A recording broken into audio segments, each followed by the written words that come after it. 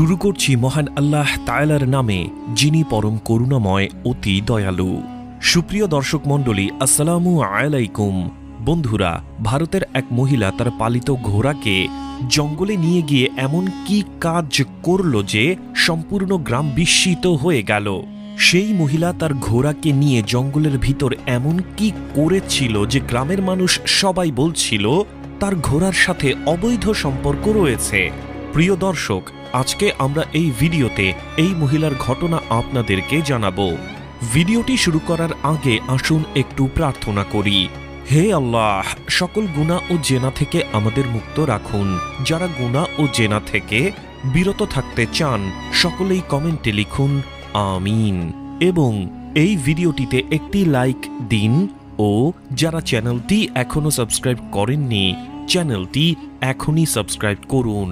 এই ভিডিওটির like target 10,000, তাই এখনই ভিডিওটিতে লাইক দিয়ে দিন। বন্ধুরা, ভারত এমন একটি দেশ যেখানে পশুপালন করা খুব স্বাভাবিক। ভারতে বেশিরভাগ কুকুর ও গাধা পালন করা হয়। এর মধ্যে কিছু কিছু ভারতীয় শখ করে ঘোড়া পালন করে থাকে, যদিও সবাই চাইলেও ঘোড়া পালন করতে পারে না। বন্ধুরা, ভারতের এক মহিলা যখন ঘোড়া পালন করছিল, তার সাথে একটা আশ্চর্যজনক ঘটনা ঘটে যায়, যে ঘটনাটি পুরো গ্রামকেই অবাক করে দেয়। এই ঘটনাটি ভারতের জম্মু রাষ্ট্রের এক গ্রামে ঘটেছিল। সেই গ্রামের একজন ভাটিয়া চারুন নামে মেয়ে বসবাস করত, যার বয়স 28 বছর বলে সবাই জানে। এই ঘটনাটি তখনকার, যখন ভারতে ব্রিটিশরা শাসন করত। এই এলাকার রাজা ছিল ইংলিশ একজন শাসক। তিনি একজন কঠোর শাসক ছিলেন এবং তিনি তার ইচ্ছামতো মানুষের উপরে অত্যাচার করত। একবারের ঘটনা, রাজার শিকার করার ইচ্ছা জাগল। এজন্য রাজা গ্রাম থেকে সমস্ত ঘোড়াকে তার প্রাসাদে নিয়ে যায়। অনেক চেষ্টার পরে রাজার সৈন্যরা ভাটিয়া চারুন নামের মেয়েটির ঘোড়া নিয়ে চলে যায় এবং রাজাকে গিয়ে বলে এই ঘোড়াটি অনেক উচ্চ জাতের ঘোড়া এবং এই ঘোড়াটিকে অনেক যত্নের সাথে পালন করা হয়েছে। বন্ধুরা, রাজা যখন এই ঘোড়ার প্রশংসা শুনল, তখন তিনি ঘোড়ার উপরে উঠে ঘোড়াটিকে যাচাই করতে চাইলেন এবং ঘোড়াটিতে চলার পরে তিনি ঘোড়াটির গুণগান করতে শুরু করলেন এবং রাজা ভাটিয়া চারুন নামের সেই মেয়েটিকে বললেন, তোমার এই ঘোড়া আমার কাছে বিক্রি করে দাও, এর বিনিময়ে তুমি যা চাইবে তাই দিব। কিন্তু সেই মেয়ে এটা মেনে নিল না, বরং সে রাজাকে বলল, এই ঘোড়া এতই দামি, আপনার সমস্ত সম্পত্তি দিলেও এই ঘোড়ার সমতুল্য হবে না। এই কথা শুনে দরবারের সবাই এবং রাজা নিজেও অবাক হয়ে গেল। তখন রাজা ভাটিয়া চারুনকে জিজ্ঞেস করল, বলো আমাকে, এই ঘোড়ার মধ্যে এমন কি আছে যার জন্য এর দাম এত বেশি? তখন সেই মেয়ে রাজাকে বলল, আমার এই ঘোড়ার রহস্য আমি কাউকে বলতে পারি না। বন্ধুরা, অনেক কথাবার্তার পরে রাজা যখন দেখল ভাটিয়া চারুন কোনোভাবেই সে তার ঘোড়া রাজাকে দিতে চাইছে না, তখন রাজা ভাটিয়া চারুন থেকে তার ঘোড়াটি ধার চাইল এবং বলল, আমরা শিকার করে ফিরে এসে তোমার ঘোড়াটি তোমাকে ফিরিয়ে দেব, কেননা এই ঘোড়াটি আমার অনেক পছন্দ হয়েছে। এজন্যই আমি চাচ্ছি এই ঘোড়াটিতে চড়েই আমি শিকার করতে যাব। বন্ধুরা, ভাটিয়া চারুন রাজার কথা শুনে বলল, ঠিক আছে, কিন্তু আমার একটি শর্ত আছে। আমার ঘোড়াকে শাহী ঘোড়ার পদ দিতে হবে এবং এই ঘোড়া পালনে সামনের 1 বছরে যত খরচ হবে সব আপনাকেই দিতে হবে। রাজা এবং তার মন্ত্রীমহল সবাই যখন এই কথা শুনল, তখন সবাই অবাক হয়ে গেল। কিন্তু তবুও রাজা মেয়েটির কথায় রাজি হয়ে গেল এবং তিনি বললেন, শিকার থেকে ফিরে এসে তোমার শর্তগুলো পূরণ করা হবে। এবং এরপরে সেই মেয়ে তার ঘোড়াটি রাজাকে দিয়ে দেয় এবং রাজা সেই ঘোড়াটি নিয়ে তার পরের দিনই শিকার করতে জঙ্গলে চলে যায়।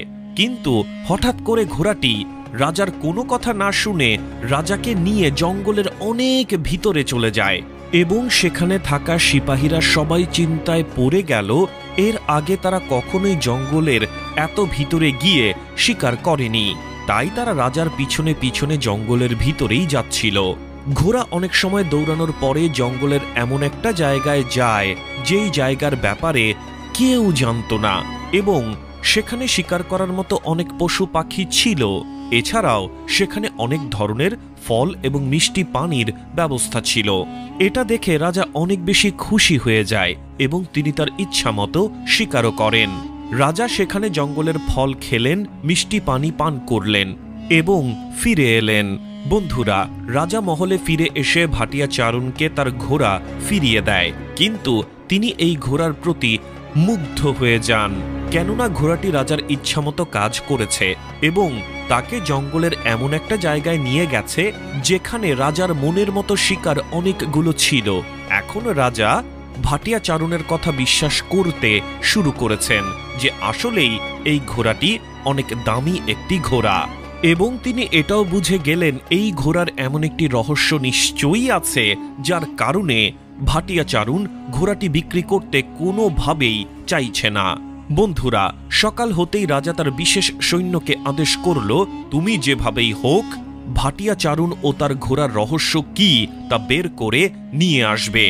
এরপরে আজাদ সিপাহী সেই মেয়ের ঘরের আশেপাশে চোখ রাখতে শুরু করে। কিছুদিন ঘোরাঘুরির পরে তিনি বুঝতে পারলেন সকালবেলার সূর্য বের হতেই ভাটিয়া চারণ ঘোড়ার উপরে চড়ে জঙ্গলের ভিতরে চলে যায় এবং কিছুক্ষণ পরে সে যখন ফিরে আসে তখন তার হাতে ফলে ভরপুর একটি ঝুড়ি থাকে এবং সে এটাকে বাজারে বিক্রি করে খুব বড় অঙ্কের একটা টাকা ইনকাম করে। রাজার সিপাহী আরও নোট করলেন ভাটিয়া চারণ জঙ্গল থেকে ফল এর পাশাপাশি কখনো কখনো পশু শিকার করেও নিয়ে আসে। সে এটাকে বাজারে বিক্রি করে খুব বড় অঙ্কের একটা টাকা ইনকাম করে। এরপর রাজার সিপাহী সব কথা রাজাকে গিয়ে বললেন এবং রাজা অবাক হয়ে ভাটিয়া চারণকে দরবারে ডাক দিলেন এবং এর কারণ জিজ্ঞেস করলেন। এর উত্তরে ভাটিয়া চারণ বলল সে ছোট থেকেই পশুকে অনেক ভালোবাসে এবং সে যেখানেই কোনো ক্ষুধার্ত পশুকে দেখে সাথে সাথেই সে তাকে খাবার খাওয়ায়। এবং একদিন যখন সে জঙ্গল থেকে ফিরছিল তখন তাকে এক বৃদ্ধ মানুষ এই ঘোড়াটি দেয় এবং তিনি বলে দেন এই ঘোড়াটি তোমার অনেক কাজে আসবে, এবং তখন থেকেই এই ঘোড়াটি তাকে জঙ্গল থেকে ফল আর মাংস এনে দেয়। এটাই কারণ যে কারণে এই ঘোড়া অনেক দামি। প্রিয় বন্ধুরা, কেউ তার কথা বিশ্বাস করতে চাইল না, কিন্তু রাজা যিনি এই ঘোড়ার উপরে চড়ে অনেকগুলো শিকার করেছেন তিনি তো জানেন আসলেই এই ঘোড়ার একটি রহস্য রয়েছে।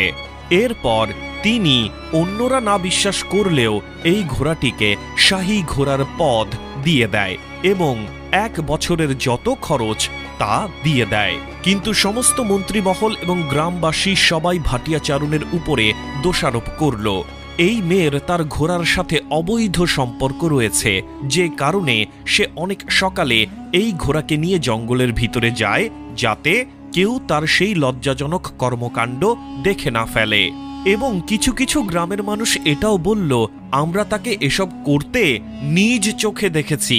কিন্তু রাজা এই কথাগুলোকে বিশ্বাস করলেন না, কেননা রাজার মনে ভাটিয়া চারণ ও ঘোড়ার জন্য এক প্রকার ভালোবাসা তৈরি হয়েছিল। আসলে এই ঘোড়াটিকে ভাটিয়া চারণকে দেওয়ার কারণ হচ্ছে সে জঙ্গলের প্রাণীদেরকে অনেক ভালোবাসত এবং কোথাও কোনো প্রাণীকে বিপদে দেখলে সে সেই প্রাণীগুলোকে বিপদ থেকে রক্ষা করত, আর যার কারণে এক বৃদ্ধ মানুষ তাকে এই ঘোড়াটি দিয়েছে।